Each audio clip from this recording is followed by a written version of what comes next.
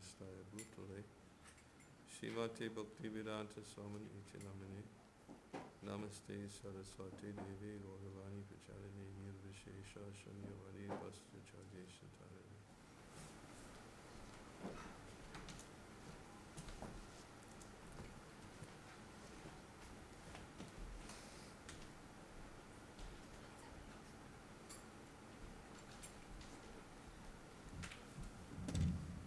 Hare Krishna. This is working? Yes.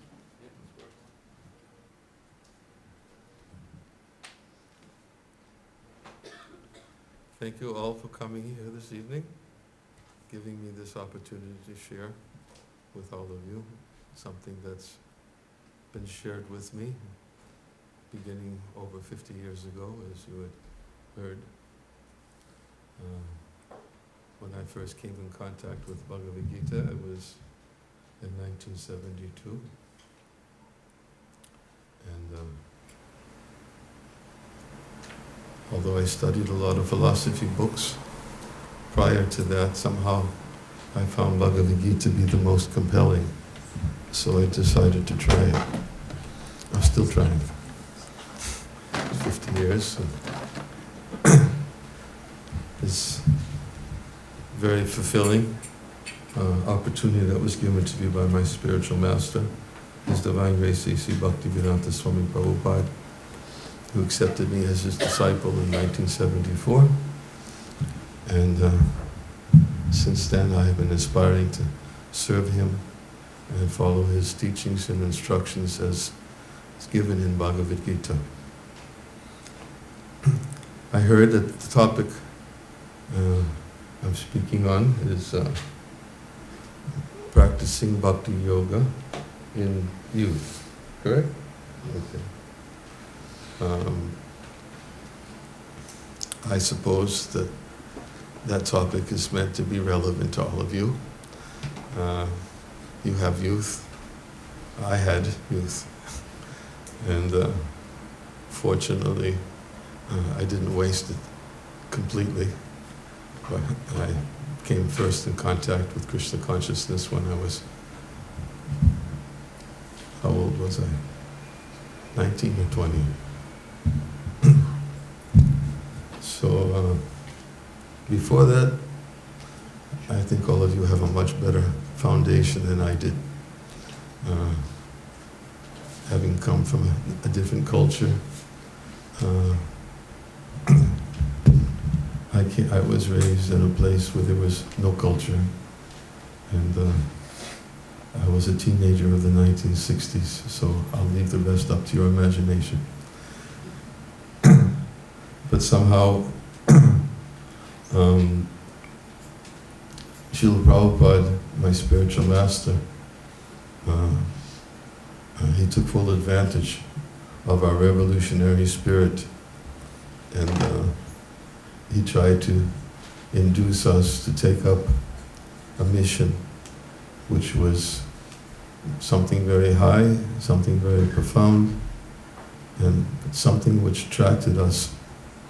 And for many of us who came in those early years of the Krishna consciousness movement, it was really something that was more than compelling, it was consuming. To serve his mission and to follow the teachings of Lord Krishna as given in Bhagavad Gita.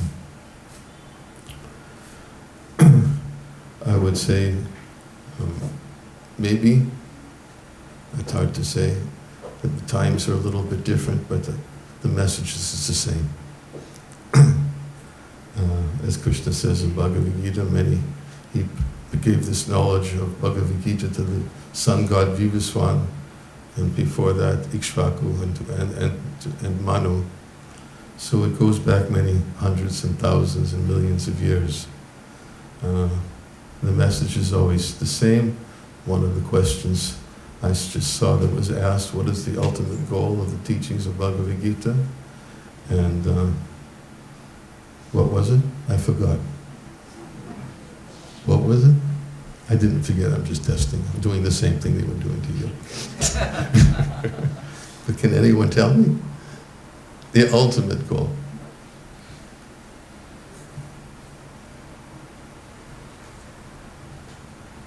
Muktavanya, can you tell me? To surrender to Krishna. Surrender to Krishna, yes. Culminates in the verse, we already got the answer. Sarvadhamam parichajya mamikam sharanam raja. So I wanted to read a verse. It's not from Bhagavad Gita, it's from Srimad Bhagavatam. I'm just going to read the verse and just a small part of the commentary. Because if we're going to talk about practicing, we're going to talk about bhakti and its relevance for those who are still in their youthful years. Why should we practice? Why do we have to practice? I'd like to try to address that point. Why practice is necessary. And also would like to speak or elaborate a little bit on what are the different methods of engaging in bhakti and how it can be very attractive to everyone in all stages of life, even a child. Again, Srila Prabhupada often said that even a child can take up this chanting and dancing. Nobody is barred. And when Lord Chaitanya was present 500 years ago, he even went beyond that and had the animals chanting and dancing too. And of course, Prabhupada did say that we may not be so potent to induce animals to chant and dance, and what to speak of chanting and dancing with great ecstasy and love. But at least we can try to induce human beings to chant and dance. This verse is Srimad Bhagavatam. It's a verse that was revealed to Lord Brahma within his heart. There's a verse in the Bhagavatam, Teni Brahma Hridaya Adi Kaviye Muyanti Yad Surya, which means that the depth of Vedic wisdom was first impregnated into the heart of the first created being of the universe, Lord Brahma. And that Vedic wisdom was, because the reason why is because Lord Brahma, being the first created being, he had no one to sit in front of to accept as a spiritual master, which was one of the questions there. All he, being the first created being, he found himself sitting on top of a lotus flower, and he was all alone. And as described in the Srimad Bhagavatam, when Lord Brahma is created, then there's nothing present except the place from where he appeared, which is the stem of the lotus flower. So, being inquisitive, which is a good quality, he decided that he would try to search out the source of this seat that he was sitting on. So he came out from the flower of the lotus and he began climbing down the stem of the lotus flower. And if any of you have ever seen before a picture of Garbhodakshaya Vishnu, he's lying on the ocean.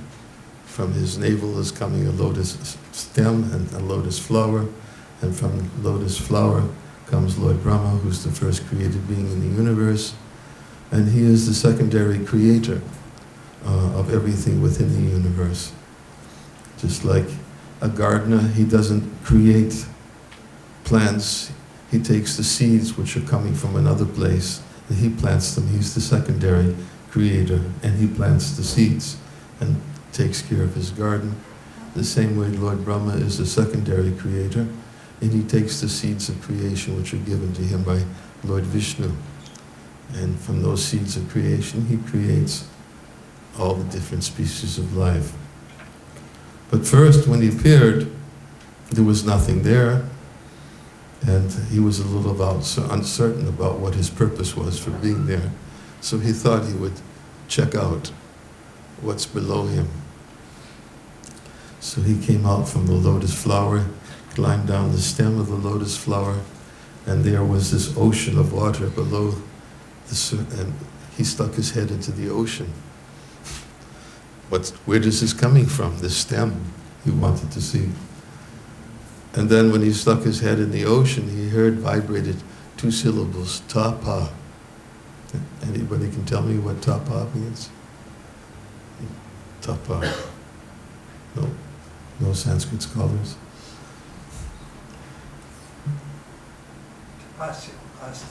Austerities, yes. He took those words that he heard when he put his head in the Govardhak Ocean, he took those words to be divine. And he climbed back into this lotus seat and he began performing meditation for 1,000 celestial years. And after performing that meditation, trying to understand the source of his being, the Lord appeared to him and revealed to him the depth of Vedic wisdom and the form of 4 verses. And from those 4 verses, everything else was expanded upon, beginning from 4 verses that were revealed within the heart of Lord Brahma. This is one verse, which is the Srimad Bhagavatam.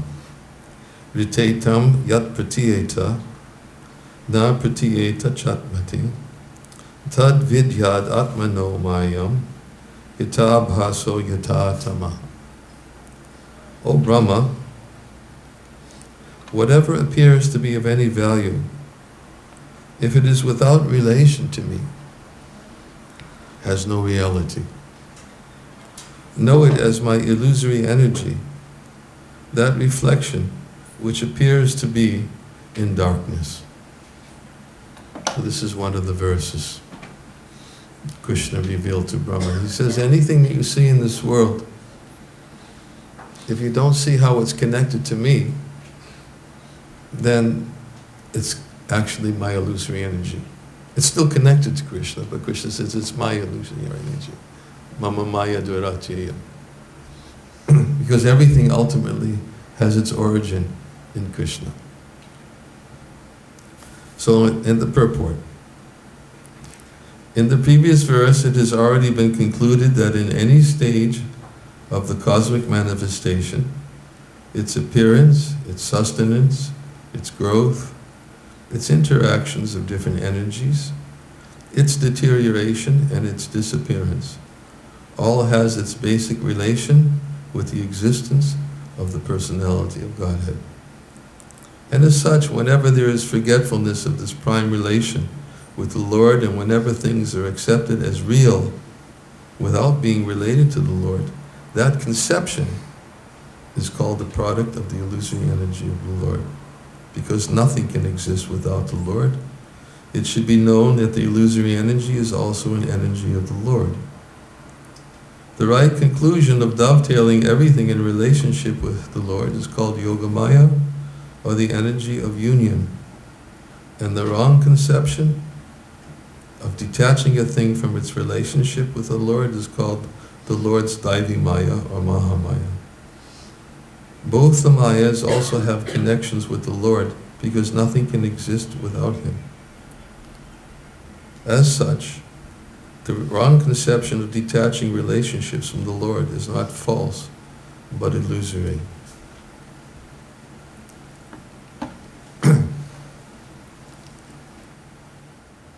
There's a description that further on in this commentary that describes that everything that we see in this world is simply a reflection, or as we just write in the verse, know it as my illusory energy, that reflection which appears to be in darkness.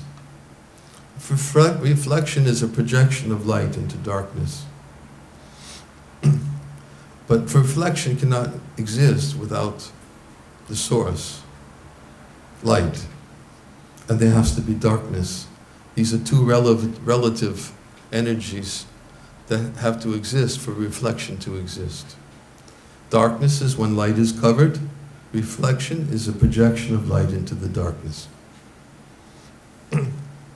So this world is described as a reflection of the spiritual world.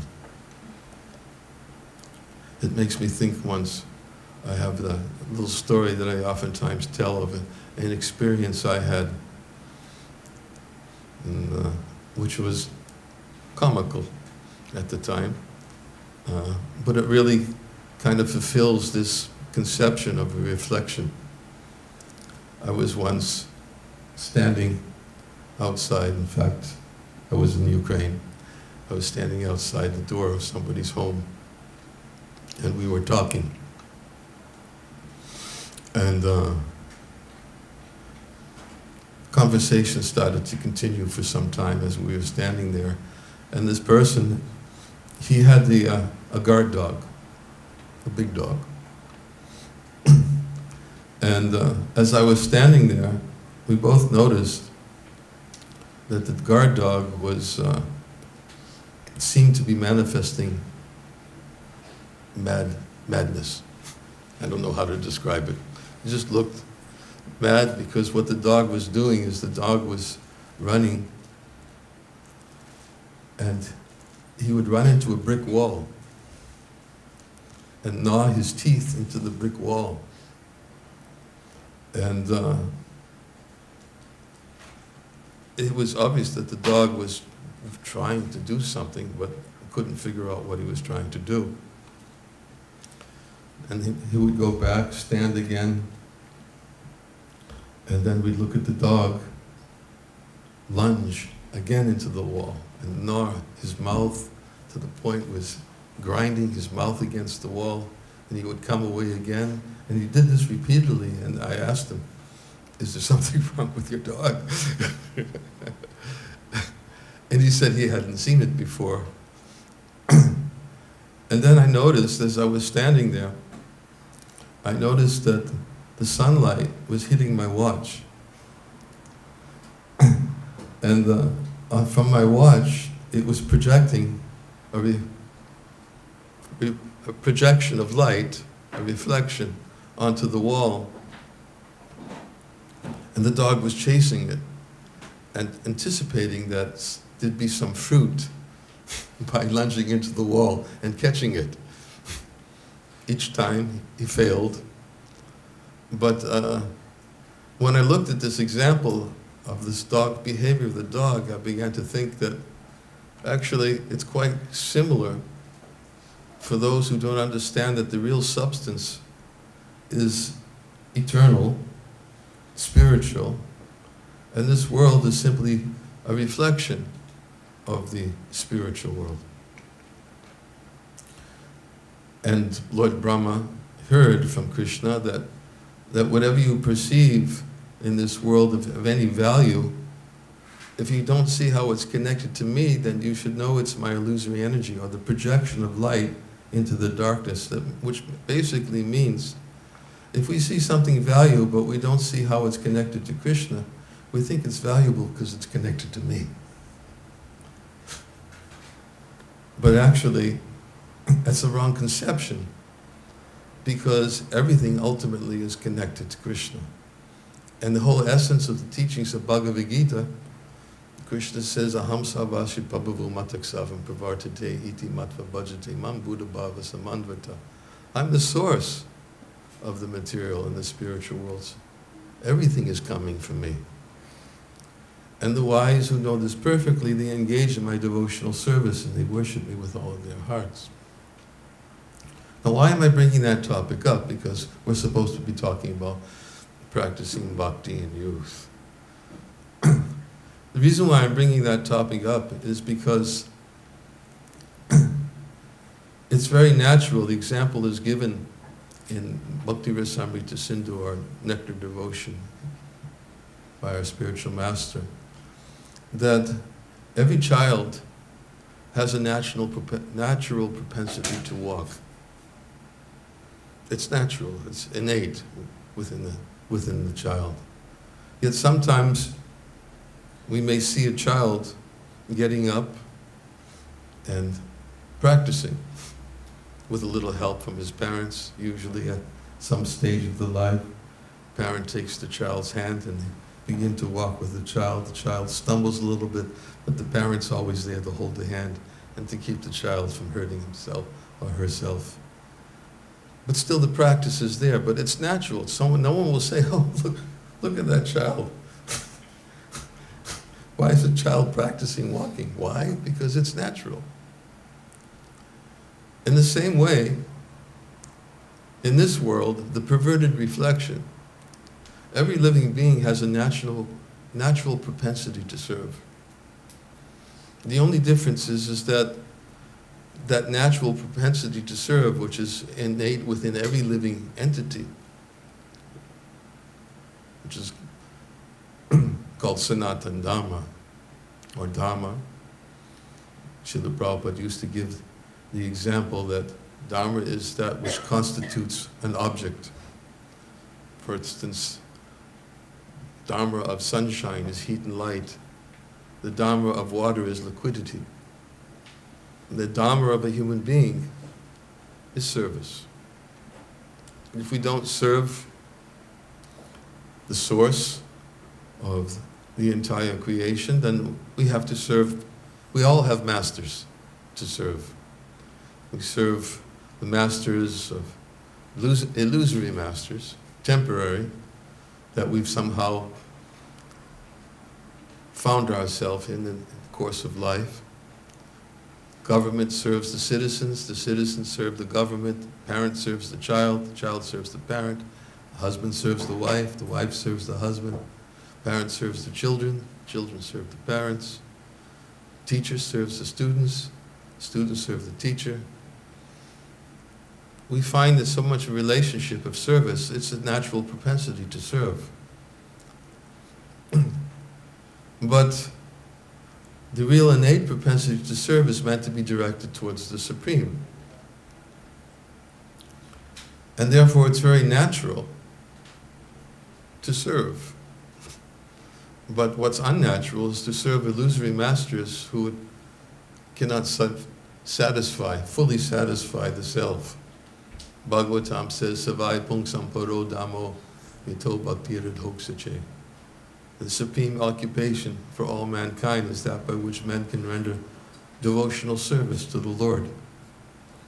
Such service must be unmotivated, uninterrupted, to really satisfy the self. Srila Prabhupada used to give the example of a person who has a golden bird cage. Every morning they wake up and polish the cage.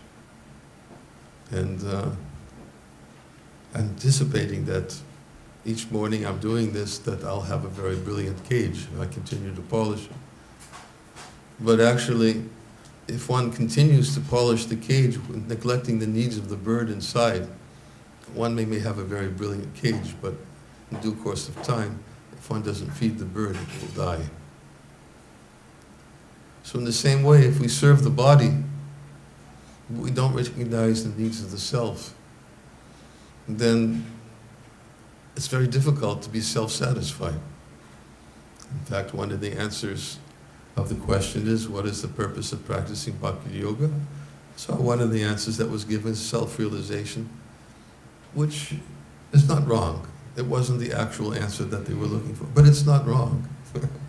Self-realization. But what is the self? Who is the self?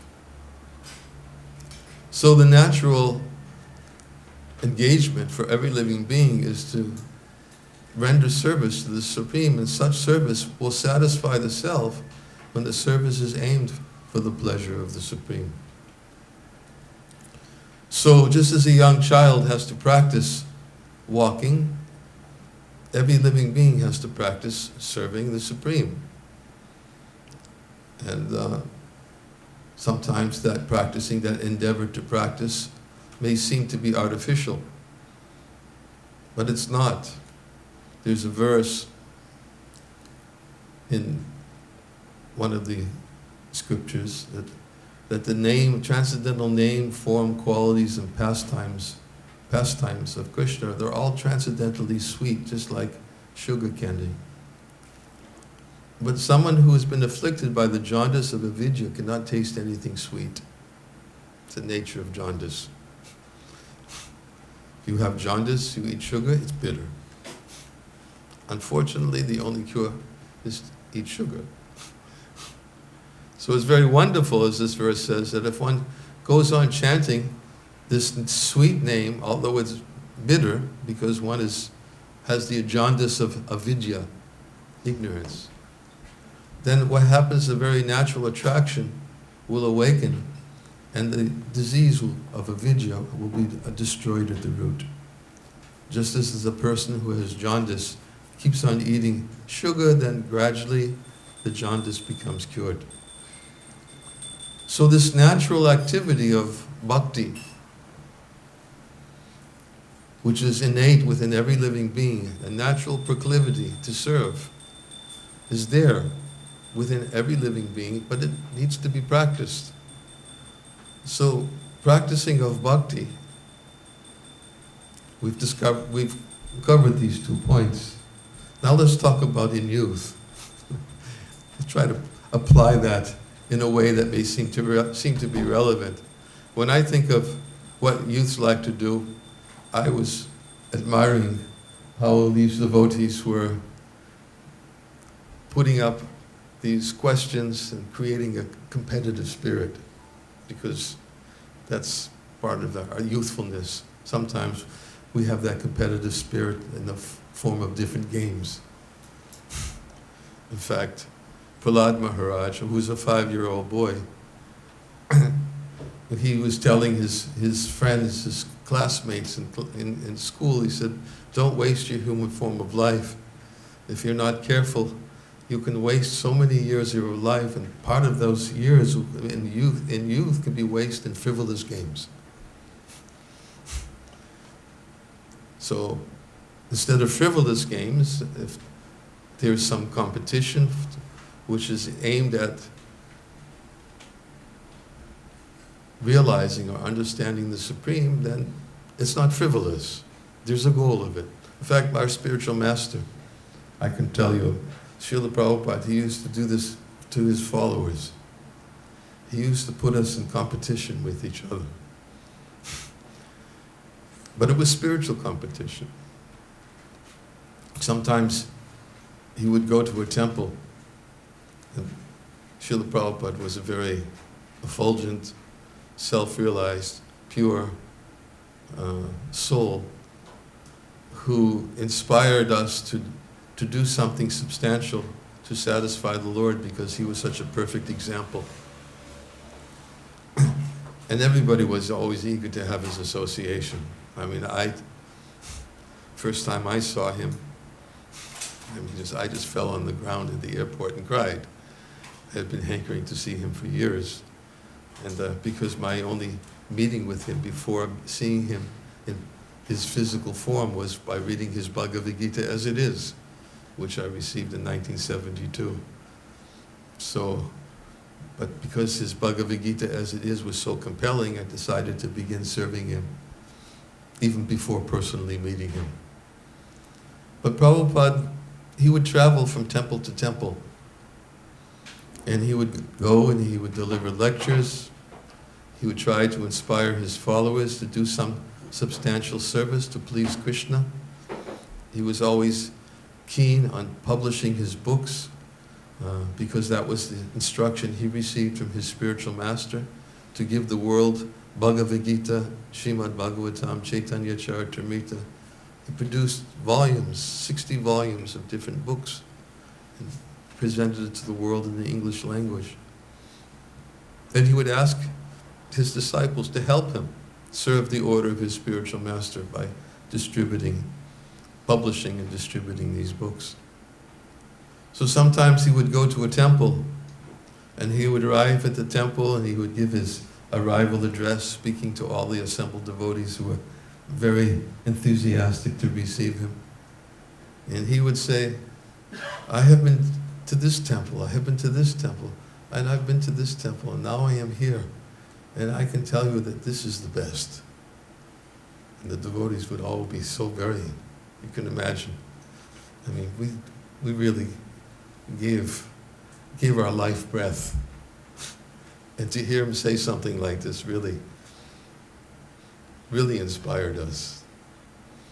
And then he would continue his travels, and He would go to another temple, in due course of time, he would say, I have come from this place, I have come from this place, I've come from the other place. And now that I see all of you and I see how enthusiastic and bright-faced you are, I can say that this temple is the best. And devotees would go, and then he would create a competition amongst the devotees. Who can distribute more books? Who can do more to please Krishna, please Lord Chaitanya? But the competition was with Krishna at the center. It was not mundane competition. It was meant to serve Krishna and to please Krishna. So he took advantage of our youthful vigor by inciting different ways to inspire us. Another way was through festivals. Another way was through prasadam. But through festivals is a very wonderful way. I saw here, what was it, 2 weeks ago, excuse me, with hundreds of you. Maybe some of you were present. Who was present at Rath Yatra? Anybody here?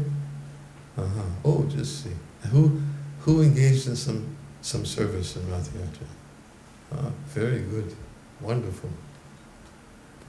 There's so many, these festivals, of course, in the spiritual world, it's described that it's a festival every day.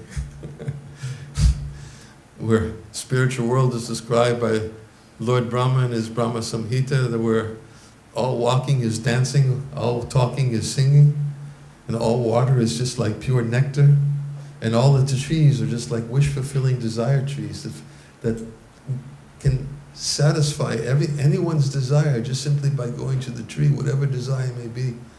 That is the nature of the spiritual world. And the residents there are engaged in the festival every day because Krishna's at the center and they're all eagerly, enthusiastically playing and chanting and singing and dancing. And festivals are a source of enjoyment, especially for youth. There's so many different ways, by cooking prasadam, serving prasadam, dramas. It's a way to really to become absorbed. Absorbed in a way that's positive, that's meant for festive and meant for self-realization. Srila Prabhupada used to tell us in his lectures, he used to give the example of a child. The child sometimes may be found to be playing with something very dangerous. For instance, a child may play with knives. Dangerous business for a child to play with a knife. I wouldn't recommend anybody offering knives to a child to have them play. But sometimes you might find them holding a knife and playing with it, and you're thinking, how to take the knife away from the child? And if you try to take the knife away, the child could resist and it becomes more dangerous. Is this connected? Okay, just checking. Didn't know if I had to leave time for it. Okay. So, it's dangerous business to try to take the knife away from the child. But if you hand the child a nice colorful toy, then taking the knife away is no longer very dangerous because the child is very much inclined to accept the toy and has to drop the knife to take it. That's what Srila Prabhupada has done through festivals, through chanting, feasting, dancing. They're all very natural and festive ways. We have the perverted reflections. We have nightclubs, dancing. What's that called? Karaoke? People go and it's after my time. I just have seen it. I heard about it. Because I asked somebody one time, I see these signs everywhere. What is it? And somebody told me people go in there and they take a microphone, right? And they sing along with a recording. Is that what it is? Yeah. It's a perverted reflection. But it's a natural propensity that's been reflected in this world in a way that people try to derive pleasure for themselves. But the problem is that, as just as Krishna revealed to Lord Brahma, if you see something value only relationship to yourself, it's illusory. It can't satisfy the self. It's just simply like a reflection of light projected into the darkness. It's just simply like the dog who's lunging at that reflection in the wall, trying to get some substance, but there's nothing there. A little there. But to really meet the needs of the self, something more substantial is required. That's what practicing bhakti in youth, there's so many different ways to practice bhakti in youth that will fulfill the needs of the soul. It doesn't require complete surrender. It just simply requires something that everybody has. Everybody has it. You can't live without it. Does anybody know what it is? Desire. Everyone has desire. And if we simply develop a desire to do something which is dovetailed for the satisfaction of the Supreme Lord, that's what these temples are here for. These temples are here to create a festive atmosphere for singing, for dancing, for dramas, for eating wonderful food, for distributing food. Even cleaning the temple can be a festival. I remember in 1975, we used to have a festival once a month, cleaning the temple. Many of us would come together, we'd go throughout all the different places of the temple looking to clean, and then after cleaning, we would take little Radha Krishna on a palanquin to show them the fruit of our efforts to clean the temple. It was a festival. We go throughout every single room, into the ashram, we go into the kitchen, we go into the hallways, we went everywhere and showed them, and we all just were doing it, not cleaning it for myself or cleaning it for their pleasure. And then after, we'd have a big feast. It was a festival. Of course, I'm not trying to induce something artificial. One time my godbrother's young son, he went on a festival tour with the youth. It's called the youth tour. They have a bus that travels to different festivals throughout America. And the youth helped them with putting on the festivals. And my godbrother's son, he had a particular problem with what he was told. He said they put you to work hard and they tell you it's fun. He didn't really. But actually many of them were having a great time, but just so happens he wasn't so satisfied by the hard work that was required. But that's the activity, natural activity, the natural proclivity of the soul is to serve. Why not do something that can satisfy the self? That's all. Do something to satisfy the self. Have quizzes on Bhagavad Gita, Chaitanya Charitamrita. Have gatherings. Have tests, tests amongst yourself. Compete amongst yourself. See who can please Krishna the most. But in spiritual life, spiritual competition is much different than mundane competition. Spiritual competition means I want to do better to please Krishna, but never at the expense of hurting somebody else or stopping their service to Krishna. That's the difference between spiritual competition and mundane competition. Mundane competition, the person thinks, let me make everybody look bad so I can look good. But that's not the kind of competition that's on the spiritual platform. Spiritual platform is, let me please Krishna, and let me encourage others to please Krishna, and let me try to please Krishna better so they'll be inspired to please Krishna better, but never at the expense of diminishing their service to Krishna. These are spiritual activities which can be practiced at any stage of life, but especially for youth. So Prabhupada did it to us. We were all so much younger than he was. Then somehow he motivated us in such a way that we're still doing it. So every good endeavor begins with the first step. I encourage all of you to practice bhakti now at this stage of your life, and see for yourself if you can find some pleasure in these activities which actually satisfy the self. It's my time. I should stop here. I was told to stop at 8 o'clock. Thank you very much for your kind attention. I hope what I said is relevant to all of you youth. Thank you. Hare Krishna.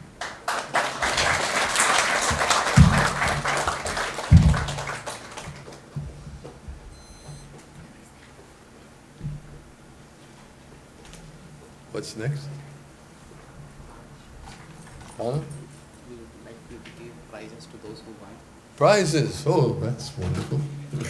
And now also we have additional prizes if you wish to ask them a question and anyone raises some bonus prizes. No, I won't. I don't want to. Just whatever you have already planned.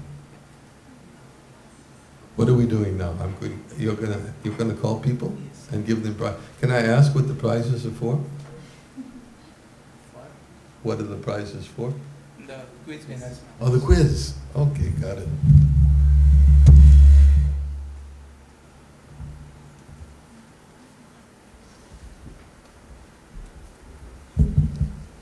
Hare Krishna. So,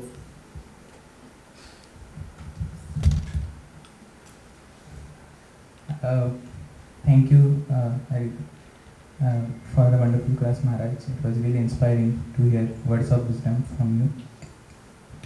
So now I'll call on people who won the quiz, starting with third prize. So the third prize goes to Khushi with 15 points. Is Khushi here? I think no. Okay. Then second prize we have 4. 1, 2, 3. Sorry, 3. 3 of them have got second prize. Pooja, These books are the same. Second prize, yes. please come. Second prize. Round of applause for Pooja.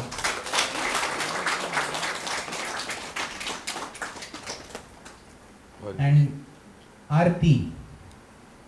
Round of applause for Aarti. Why was she always disqualified? Why was she always disqualified? She raised the hand before I finished. Oh. So that was the rule of the quiz. And also Kumar with 20 points. Second prize. And now the first prize. So we have 2 first prize winners. It's a tie between Shushma and Harshal. So Sushma, please round of applause for Sushma. First prize with 30 points. And Harshal also with 30 points.